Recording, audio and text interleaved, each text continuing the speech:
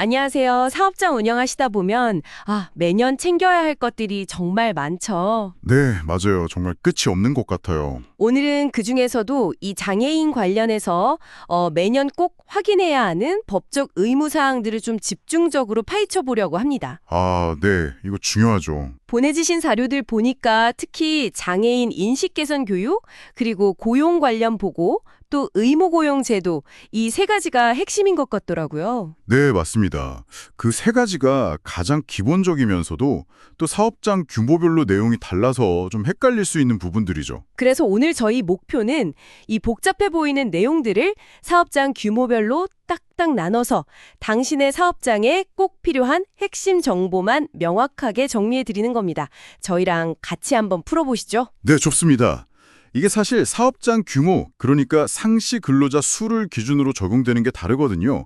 오늘 그 기준별로 뭘 해야 하는지 연간 필수 업무를 확실하게 짚어드리겠습니다. 놓치기 쉬운 부분까지요. 좋습니다. 그럼 가장 기본적인 것부터 시작해 볼까요? 모든 사업장에서 매년 해야 한다는 직장 내 장애인 인식 개선 교육, 이건 정확히 어떤 내용인가요? 네, 맞아요. 이건 정말 기본 중의 기본인데요. 사업장 규모랑 상관없이 모든 사업주, 임원 포함해서요. 그리고 소속된 근로자 전체가 대상입니다. 전 직원이 다 받아야 하는군요. 네, 1년에 한 번 이상 그리고 1시간 이상 꼭 실시해야 하고요. 교육 내용도 정해져 있어요. 뭐 장애에 대한 이해나 존중, 인권, 차별 금지, 그리고 정당한 편의 제공 같은 거요. 관련 법이랑 제도 설명도 필수고요. 그렇군요. 그리고 중요한 게 교육했다는 증빙 자료 있잖아요. 예를 들면 교육 일지라던가 참석자 명단 같은 거. 이거 3년 동안 꼭 보관하셔야 합니다. 3년 보관. 알겠습니다.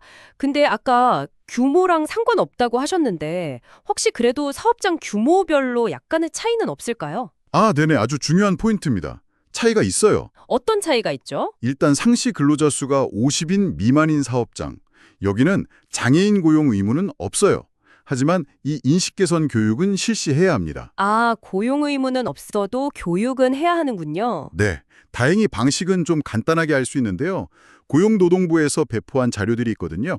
그걸 활용해서 간이 교육 형태로 진행이 가능해요. 그리고 교육 결과를 뭐 따로 보고해야 할 의무는 없고요. 보고 의무는 없고요. 네. 근데 만약에 나중에 점검 나왔는데 안 했다? 이러면 바로 시정 지시 받고 주의 조치받게 됩니다. 그렇군요.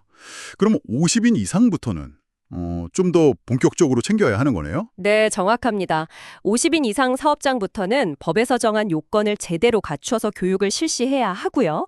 여기서 끝이 아니에요. 또 있나요? 네, 매년 1월 31일까지요.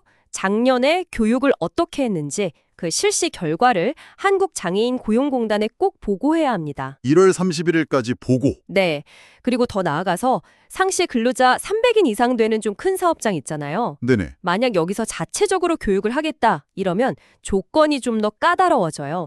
사업주나 내부 직원이 직접 강사로 나서려면 반드시 공단에서 운영하는 사내 강사 양성 과정이라는 걸 수료해야만 합니다. 자체 교육 강사 요건이 따로 있군요. 그렇죠. 물론 뭐 외부 전문 강사를 부르거나 아니면 지정된 교육기관에 위탁하는 방법도 당연히 가능하고요. 만약에 이 교육 의무를 제대로 안 지키면 뭐 불이익 같은 게 있나요? 그럼요. 교육을 아예 안 하거나 했는데 내용이나 방식이 좀 부적합하거나 아니면 아까 말씀드린 그 3년 보관 자료 그거 제대로 안 갖춰놨다. 이러면 최대 300만 원 이하의 과태료가 부과될 수 있습니다. 300만 원. 적지 않은 금액이네요. 네. 공단에서 이걸 또 점검을 하거든요. 그러니까 꼭 챙기셔야 합니다. 알겠습니다. 듣고 보니 50인 이상 사업장은 교육 결과 보고 말고도 또 다른 보고 의무가 있는 것 같은데요. 아까 살짝 언급하신 것 같기도 하고. 네, 맞아요. 잘 들으셨네요. 바로 장애인 고용 계획 및 실시 상황 보고서라는 건데요. 고용계획 및 실시 상황 보고서. 네. 이것도 제출 기한은 똑같아요.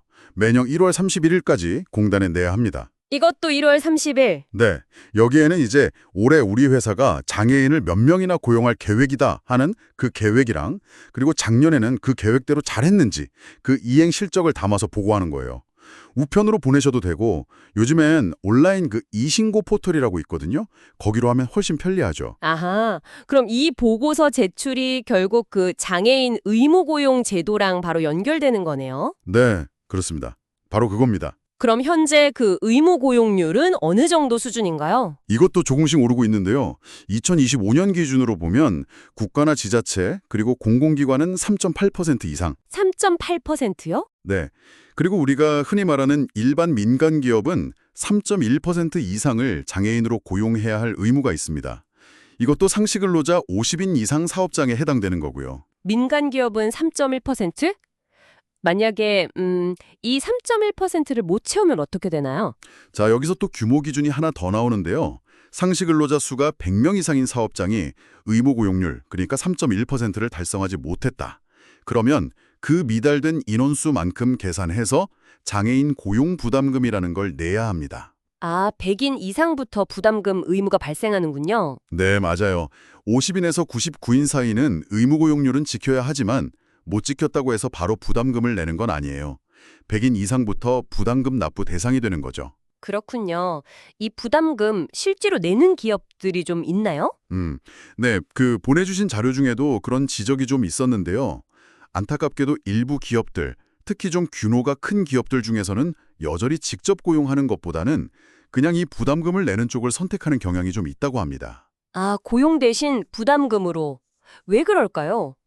뭐 여러 이유가 있겠지만 아마도 장애인에게 적합한 직무를 찾는 게 좀 어렵다거나 아니면 뭐 편의시설 설치 같은 데 드는 비용 부담, 뭐 그런 것들을 고려한 결과일 수도 있겠죠. 그럴 수 있겠네요. 그럼 반대로 의무 고용률보다 더 많이 고용하면 혹시 혜택 같은 것도 있나요? 당연히 있죠. 그게 바로 고용 장려금인데요. 의무 고용률을 넘어서 초과해서 장애인을 고용한 사업주에게는 사업장 규모랑 상관없이 이 장려금을 지급합니다.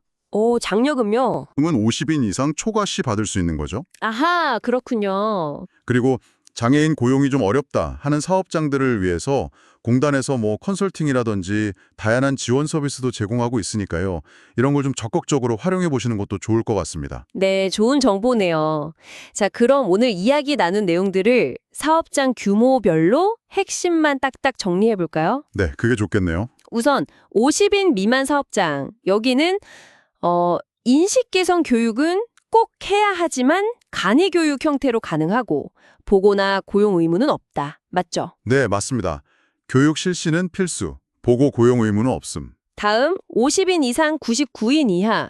여기는 정식으로 인식 개선 교육하고 그 결과를 1월 31일까지 보고해야 하고 또 고용 계획이랑 실시 상황도 1월 31일까지 보고 그리고 의무 고용률 민간이면 3.1%를 지켜야 하고 넘기면 장려금 받을 수도 있다. 네, 정확합니다. 교육 실시 및 보고, 고용 계획 보고, 의무 고용률 준수 다 해당되죠. 그리고 100인 이상 사업장은 방금 말한 50인 이상 의무는 다 똑같이 가져가면서 추가로 의무 고용률을 못 지키면 부담금을 내야 한다. 그렇죠. 100인 이상부터는 부담금 이슈가 생기는 거죠. 마지막으로 300인 이상 사업장은 100인 이상 의무사항 다 동일한데 딱 하나.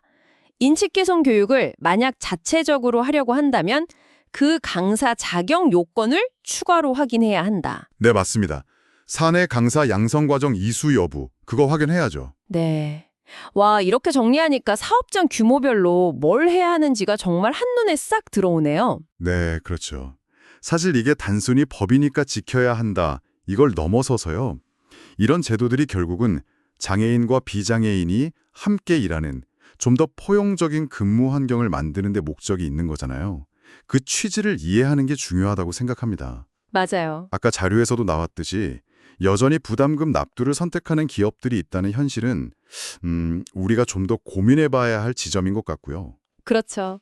단순히 법적 요건 충족에만 그칠 게 아니라 말씀하신 것처럼 포용적인 환경 조성이 중요하겠네요. 오늘 저희가 짚어드린 내용들 잘 기억하셨다가 당신의 사업장에서 올해 이 장애 포용성을 실질적으로 높이기 위해서 어떤 새로운 시도를 해볼 수 있을지 한번 구체적으로 고민해 보시는 건 어떨까요? 네, 좋은 생각입니다. 작은 시도 하나하나가 모여서 큰 변화를 만들 수 있으니까요. 네, 오늘 유익한 말씀 감사했습니다. 저희는 다음 시간에 또 흥미로운 정보로 찾아뵙겠습니다. 고맙습니다. 네, 감사합니다.